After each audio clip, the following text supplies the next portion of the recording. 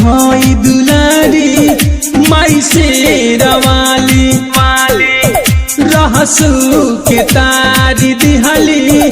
माई जोतवाली देवलो के हई दुलारी माई से रवाली रहसू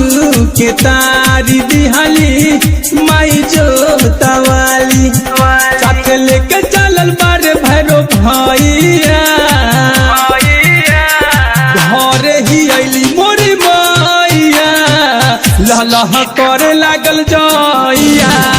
घरे ही अइली मोरी मैया लहलह करे लागल जइया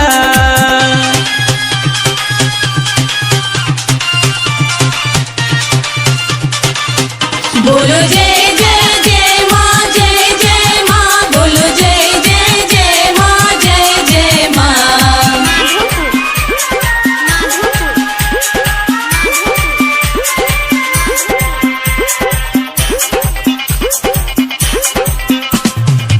नारियल फलवा से माई के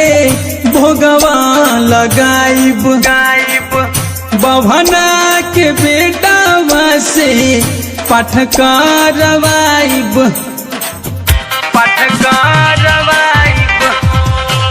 नारियल फलवा से माई के भोगवा लगाइब बभना के बेटावा से पाठ करवाइब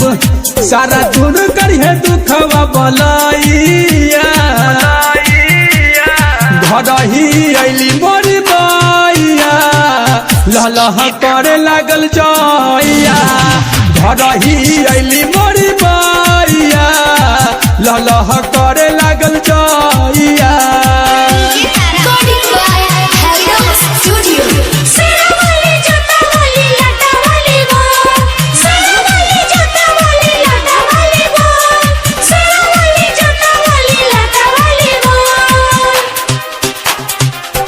नौगो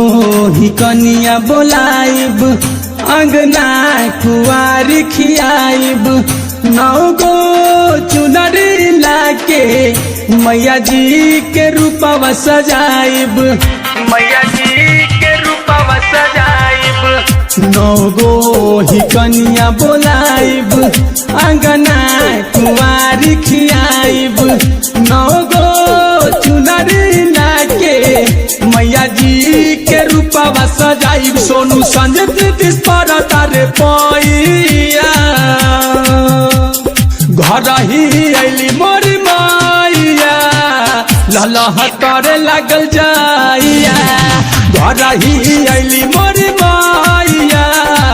लहलह करे लागल जइया।